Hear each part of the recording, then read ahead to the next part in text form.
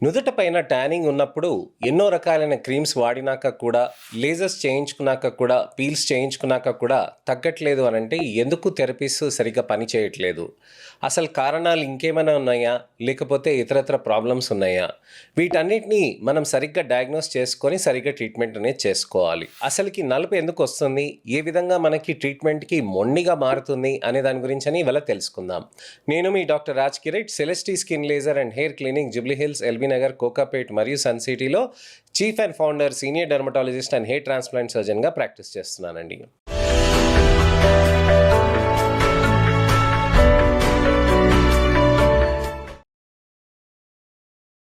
నలుపనేది ఇట్టే క్రీమ్ పెట్టేస్తే తగ్గిపోవాలి కదా!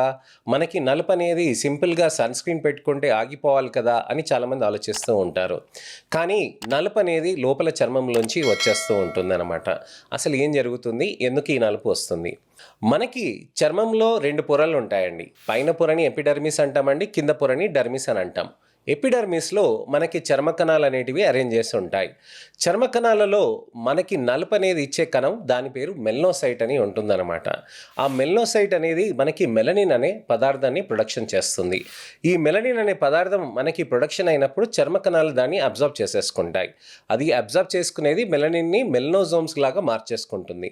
ఆ మెలనోజోమ్స్ ఏవైతే మనకి చర్మ కణాల లోపలికి వెళ్ళిపోతుందో, అది చర్మ కణాల లోపలికి ఇంకిపోయి అక్కడ అల్ట్రావైలెట్ రేడియేషన్ మనకి ఎప్పుడైనా తగిలినా కానీ దాన్ని అబ్జర్బ్ చేసేసుకుంటుంది. అది అబ్జర్బ్ చేసుకొని డిగ్రేడ్ అయిపోతుంది. మళ్ళీ కొత్త మెలనిన్ అనేది వచ్చేస్తూ ఉంటుంది. సో ఈ విధంగా కొత్త మెలనిన్ అది వచ్చేసినప్పుడు ఏమవుతుంది, మళ్ళీ ఫ్రెష్గా స్కిన్ మళ్ళీ నలుపు కోసమని మళ్ళీ మన అల్ట్రావైలెట్ రేడియేషన్ పడకుండా, దానికి లోపలికి చొచ్చుకుపోకుండా దానికి జాగ్రత్త పడుతుందన్నమాట. సో ప్రతిసారి ఇది ఒక సైకిల్ లాగా మారుతూ ఉంటుంది. కానీ సూర్యుడు వెలుతురు ఎక్కువగా తగిలినా, సూర్యుడు వెలుతురు కొద్దిగా ఎక్కువ రోజులు తగిలినా ఇంకా ఎక్కువ నలుపు అనేది మోతాదులో వచ్చేస్తుంది. ఆ నలుపు మోతాదు ఎక్కువ అయినప్పుడు ఏమవుతుంది, అక్కడ మనకి పిగ్మెంట్ లాగా మారిపోతూ ఉంటుంది. అప్పుడు ఏమవుతుంది, ఒక 10 రోజులు, 15 రోజులు, నెల రోజులు, 2 నెలలు టైం పడుతుంది ఆ ట్యానింగ్ తగ్గడానికని.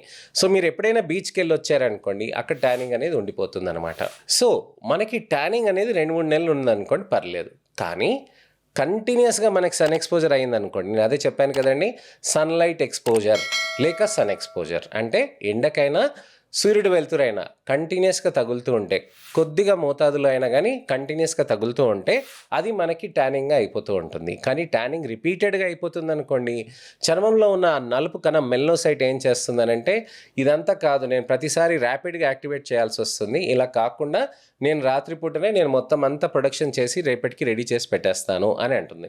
సో ఆ విధంగా అది మొత్తం అంతా లేయర్గా అరేంజ్ చేసి పెట్టేస్తుంది అనమాట. సో అలా లేయర్ బై లేయర్ అనేది ఆ మెలనోసైట్కి ప్రోగ్రామింగ్ అయిపోతుంది. దాన్నే మనం పర్మనెంట్ పిగ్మెంట్ డార్కెనింగ్గా అంటాం అనమాట. సో చర్మంలో మనకి ఈ విధంగా మార్పులు రావటానికని సూర్యుడు వెలుతురు అనేది కారణం. కానీ అకాంతోసిస్ నైగ్రికెన్స్ అని ఇంకో కండిషన్ కూడా ఉంటుందండి.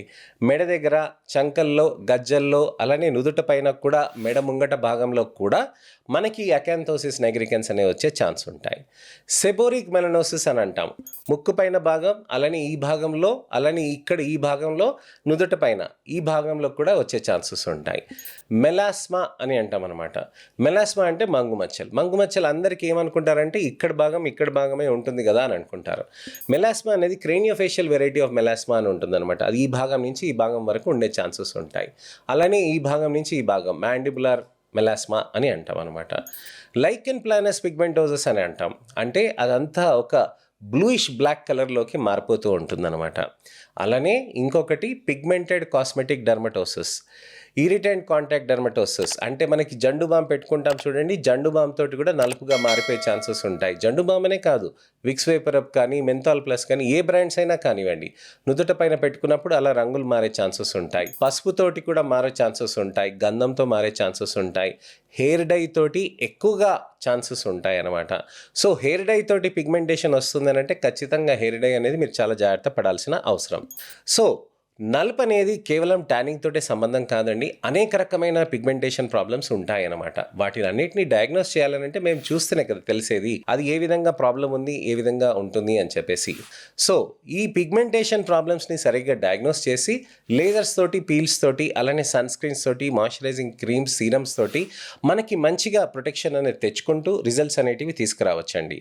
నలుపు ఎంతైతే ఎక్కువ ఉంటుందో అంత నెంబర్ ఆఫ్ సెషన్స్ అనేటివి మనం ఎక్కువ చేయాల్సిన అవసరం ఉంటుందండి. నలుపు తక్కువ ఉందనంటే మనకి 1, 2, 3 సెషన్స్లో కూడా తగ్గిపోవచ్చు అనమాట.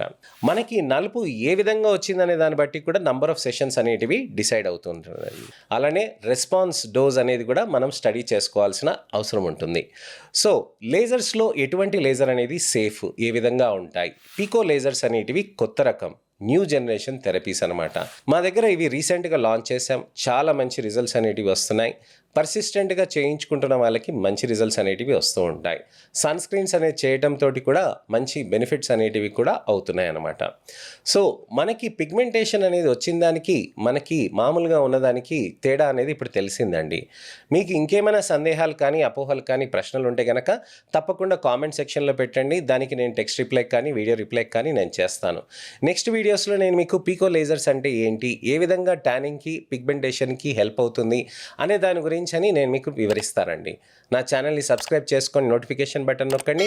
దయచేసి నా వీడియోని లైక్ చేసి హైప్ అదే ఫీచర్ కొత్తది వచ్చింది యూట్యూబ్లో. ఈ హైప్ ఫీచర్ని మీరు యూజ్ చేసి నా వీడియోస్ని మీరు హైప్ చేస్తే ఎంతోమందికి పిగ్మెంటేషన్ ఉండి అసలు ట్రీట్మెంట్ లేదు అని అపోహలో ట్రీట్మెంట్ ఏది తీసుకోకుండా ఉన్న వాళ్ళకి తప్పకుండా ఈ వీడియో చేరుతుందని ఆశిస్తున్నానండి. నా ఈ అవేర్నెస్ క్యాంపెయిన్లో మీరు కూడా పాలు పంచుకుంటారని ఆశిస్తున్నాను. నేను మీ doctor Raj Kireet, Celestee skin laser and hair clinic, Jubilee Hills, LB Nagar, Kokapet మరియు సన్ సిటీలో chief and founder, senior dermatologist and hair transplant సర్జన్గా ప్రాక్టీస్ చేస్తున్నానండి. నమస్తే.